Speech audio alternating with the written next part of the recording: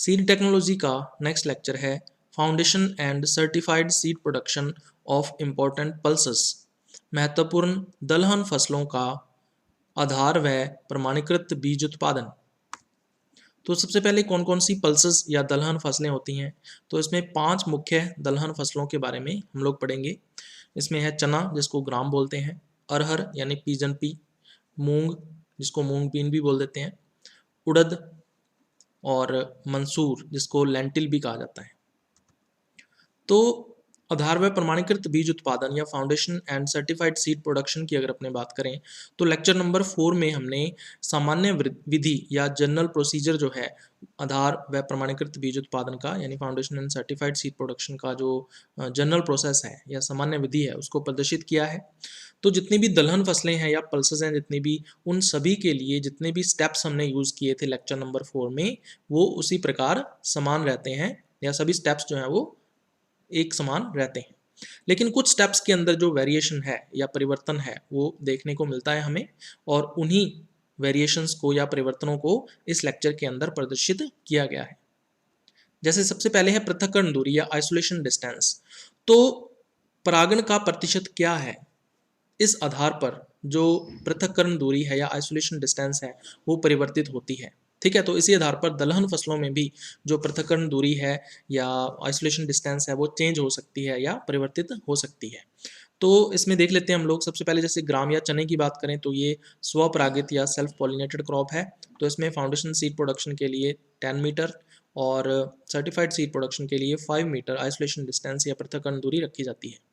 अरहर या pigeon P की बात करें तो ये वैसे तो स्वपरागित या सेल्फ पॉलिनेटेड क्रॉप है, लेकिन फिर भी इसमें 5 से 30% तक पर परागण या क्रॉस पॉलिनेशन हो जाता है, इसलिए इसमें आइसोलेशन डिस्टेंस या पृथक्करण दूरी बढ़ जाती है। फाउंडेशन सीड प्रोडक्शन के लिए 200 मीटर रखनी पड़ती है और सर्टिफाइड सीड प्रोडक्शन के लिए 100 मीटर आइसोलेशन रखना पड़ता है। मूंग या ग्रीन ग्राम की बात करें तो इसमें सेल्फ पॉलिनेशन या स्वपरागण होता है, तो इसमें isolation distance foundation seed production के लिए 10 मीटर है और सर्टिफाइड सीड प्रोडक्शन के लिए 5 मीटर है। उसी तरह से उड़द यानी ब्लैक ग्राम और मंसूर या लेंटिल ये भी सेल्फ पॉलिनेटेड क्रॉप्स हैं या स्वपरागित फसलें हैं, तो इनमें पृथक्करण दूरी isolation distance foundation seed production के लिए 10-10 मीटर रखते हैं और सर्टिफाइड सीड प्रोडक्शन के लिए 5-5 मीटर की आइसोलेशन डिस्टेंस या पृथक्करण दूरी रखी जाती है। उसके बाद बुआई या सोइंग की बात कर लेते हैं। तो दलहन फसलें या जो पल्सेस हैं वो उनके अंदर जो बुआई का समय है यानी टाइम ऑफ सोइंग एंड बीज दर यानी कि जो सीड रेट है वो फसल के प्रकार के अनुसार परिवर्तित हो सकती है कि जो क्रॉप है वो किस टाइप की है, यानी वो रबी क्रॉप है, रबी फसल है, या खरीफ क्रॉप या फसल है। ठीक है, तो इस आधार पर sowing time and seed rate change होते रहते हैं। तो इसमें हम लोग देख सकते हैं जैसे चना या ग्राम की बात करें तो इसकी सोइंग की जाती है अक्टूबर नवंबर, यानी अक्टूबर नवंबर के मंथ के अंदर इसकी बुआई करते हैं, और बीज दर या सीड रेट इसमें रखी जाती है 60 से 75 किलोग्राम प्रति हेक्टेयर। अरहर या पिजन पी की बात करें तो इसकी बुआई करते हैं जून जुलाई महीने के अंदर, और इसमें बीज दर या सीड रेट रखी जाती है 12 से 15 किलोग्राम प्रति हेक्टेयर। उसी तरह से मूंग की बात करें जिसको ग्रीन ग्राम भी बोलते हैं, इसकी बुआई की जाती है जुलाई के महीने में और इसमें बीज दर या सीड रेट रखी जाती है 12 से 15 केजी प्रति हेक्टेयर। उड़द या ब्लैक ग्राम की बात करें तो इसकी बुआई भी जुलाई में की जाती है और इसमें बीज दर रखी जाती है 12 से 15 केजी प्रति हेक्टेयर। मंसूर या लेंटिल की बात करें तो इसकी बुआई जो है वो अक्टूबर महीने में की जाती है और सीड रेट या बीज दर इसमें रखी जाती है 25 से 30 किलोग्राम प्रति हेक्टेयर। उसके बाद उर्वरक या फर्टिलाइजर्स की बात कर लेते हैं। तो जो डिफरेंट पल्सेस होती हैं या विभिन्न जो दलहन फसलें हैं उनकी जो डिफरेंट फर्टिलाइजर्स की जो रिक्वायरमेंट है या विभिन्न उर्वरकों की जो आवश्यकता है वो भिन्न होती है, उसकी मात्राएं जो है या डोजेस जो है वो चेंज होती रहती हैं। जैसे ग्राम की बात करें तो इसमें नाइट्रोजन 20 किलोग्राम प्रति हेक्टेयर चाहिए, फॉस्फोरस 50 किलोग्राम प्रति हेक्टेयर और पोटाश 30 किलोग्राम प्रति हेक्टेयर चाहिए होती है। अरहर या पिजन पी की बात करें तो इसमें नाइट्रोजन 25 किलोग्राम प्रति हेक्टेयर, फॉस्फोरस 50 किलोग्राम प्रति हेक्टेयर और पोटाश 40 किलोग्राम प्रति हेक्टेयर चाहिए होती है। मूंग या ग्रीन ग्राम की बात करें तो इसमें 15 से 20 किलोग्राम प्रति हेक्टेयर नाइट्रोजन देनी पड़ती है, फॉस्फोरस 40 से 50 किलोग्राम प्रति हेक्टेयर देनी पड़ती है, पोटाश की इसमें जरूरत नहीं पड़ती है। उड़द या ब्लैक ग्राम की बात करें तो इसमें भी नाइट्रोजन 15 से 20 किलोग्राम प्रति हेक्टेयर है, फॉस्फोरस भी इसमें 40 से 50 किलोग्राम प्रति हेक्टेयर है और पोटाश की इसमें आवश्यकता नहीं पड़ती है। मंसूर या लेंटिल की बात करें तो इसमें नाइट्रोजन 30 से 40 किलोग्राम प्रति हेक्टेयर देनी पड़ती है, फॉस्फोरस ज़्यादा देनी पड़ती है 80 से 100 किलोग्राम प्रति हेक्टेयर और पोटाश जो है इसमें 50 से 100 किलोग्राम प्रति हेक्टेयर रिक्वायरमेंट होती है। अब नाइट्रोजन की आधी मात्रा और फास्फोरस व पोटाश की जो कंप्लीट अमाउंट है या संपूर्ण मात्रा है, उसको हम लोग बुआई के समय यानी सोइंग के टाइम पर खेत के अंदर या फील्ड के अंदर हम लोग उसको डाल देते हैं। ठीक है, तो फास्फोरस और पोटाश को केवल एक ही बार सप्लाई किया जाता है, और कब? बुआई के समय या सोइंग के टाइम पर। लेकिन जो नाइट्रोजन है उसकी आधी मात्रा तो हमने सोइंग के टाइम पर या बुआई के टाइम पर डाल दी, और बाकी जो बची हुई नाइट्रोजन की आधी मात्रा है वो पुष्पन के समय यानी फ्लावरिंग के टाइम पर क्रॉप को दी जाती है। उसके बाद सिंचाई या इरिगेशन की बात करें तो डिफरेंट जो पल्सेस हैं या विभिन्न जो दलहन फसलें हैं उनमें सिंचाइयों की जो संख्या है या इरिगेशंस का जो नंबर है वो चेंज हो सकता है, तो आवश्यकता जो है वो परिवर्तित हो सकती है। जैसे चना या ग्राम की बात करें तो इसमें 1 या 2 सिंचाइयों की आवश्यकता होती है। अरहर या पीजन पी की बात करें तो जब भी आवश्यकता होती है तभी हम लोग सिंचाई देते हैं, तो when required irrigations are given.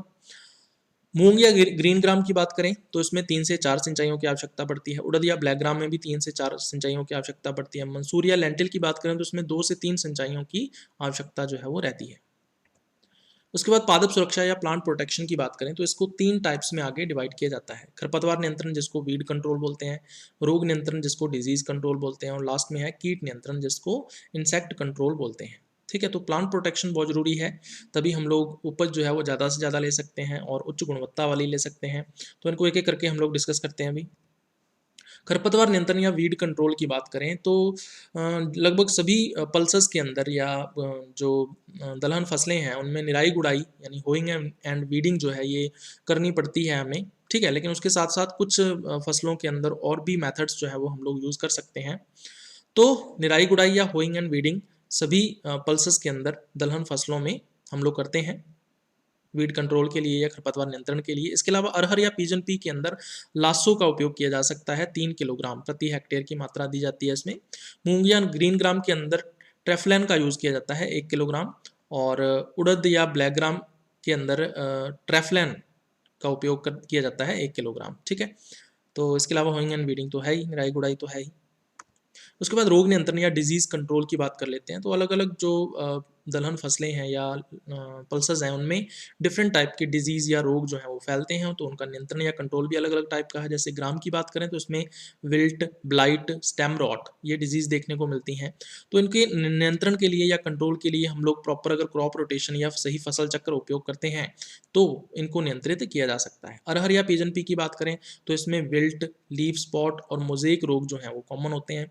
इनके नियंत्रण के लिए संक्रमित पौधों को हटाया जाता है, यानी eradication of the infected plant. जो भी संक्रमित पौधा होगा उसको जड़ समेत उखाड़ कर और लिफाफे में बंद करके उसको फील्ड के बाहर ले जाया जाता है, और वहाँ पे जाके उसको या तो जला दिया जाता है या फिर जमीन के अंदर दबा दिया जाता है, तो उसको इरेडिकेशन बोल देते हैं हम। मूंग या ग्रीन ग्राम की बात करें तो इसमें येलो मोज़ेक, और उड़द या ब्लैक ग्राम की बात करें तो इसमें भी येलो मोज़ेक जो है वो मुख्य रोगजनक रोग होते हैं। तो ये वायरसेस होते हैं, इनके नियंत्रण के लिए दोनों में ही मेटासिस्टॉक्स का स्प्रे जो है वो किया जाता है। मंसूर या लेंटिल की बात करें तो इसमें विल्ट सबसे ज़्यादा देखने को मिलता है, और इसके नियंत्रण के लिए थायरम जो है वो स्प्रे किया जाता है, थायरम का। उसके बाद कीट नियंत्रण या इंसेक्ट कंट्रोल की बात कर लेते हैं। तो अलग अलग फसलों में अलग अलग प्रकार के जो इंसेक्ट हैं वो डैमेज कर सकते हैं या क्षति पहुंचा सकते हैं, जिससे फसल की उपज और गुणवत्ता के ऊपर प्रभाव पड़ता है। तो इनके नियंत्रण के लिए फिर अलग अलग जो है वो हम लोग ट्रीटमेंट कर सकते हैं। जैसे चना या ग्राम की बात करें तो इसमें ग्राम पॉड बोरर जो है वो मुख्य पेस्ट या पीड़क होता है। इसके नियंत्रण के लिए या तो एल्ड्रिन का स्प्रे किया जा सकता है या BHC डस्ट जो है उसको छिड़का जा सकता है। अरहर या पीजन पी की बात करें तो उसमें पॉड बोरर हो गया, लीफ रोलर हो गया, ये मुख्य कीट होते हैं, और इनके नियंत्रण के लिए मोनोक्रोटोफॉस जो है उसका स्प्रे किया जाता है। मूंग या ग्रीन ग्राम और उड़द या ब्लैक ग्राम, इन दोनों के अंदर ये हेयरी कैटरपिलर की समस्या सबसे ज़्यादा रहती है, तो इनके नियंत्रण के लिए थायोडान का स्प्रे जो है वो किया जाता है। मंसूर या लेंटिल की बात करें तो इसमें पॉड बोरर और हेयरी कैटरपिलर की समस्या जो है वो सबसे ज़्यादा रहती है, तो इनके नियंत्रण के लिए या तो मोनोक्रोटोफॉस और या फिर थायोडान का स्प्रे जो है वो किया जाता है। तो ये था अभी अपना आज का लेक्चर।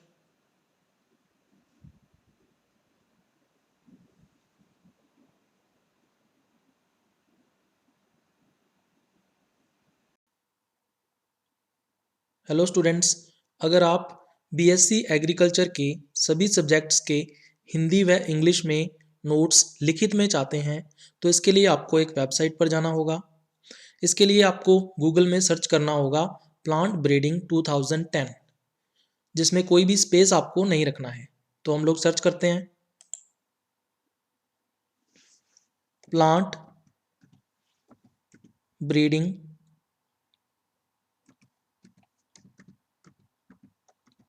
टू 2010 और उसके बाद आपको एंटर दबाना है।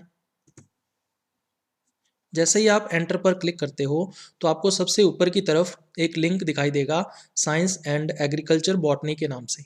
ठीक है, ये वेबसाइट कौन सी है? plantbreeding2010.blogspot.com। तो इस लिंक को आपको ओपन करना है, तो हम लोग इस पर क्लिक करेंगे। जैसे ही आप लिंक के ऊपर क्लिक करोगे तो आपको एक साइंस एंड एग्रीकल्चर बॉटनी के नाम से वेबसाइट ओपन हुई दिखाई देगी।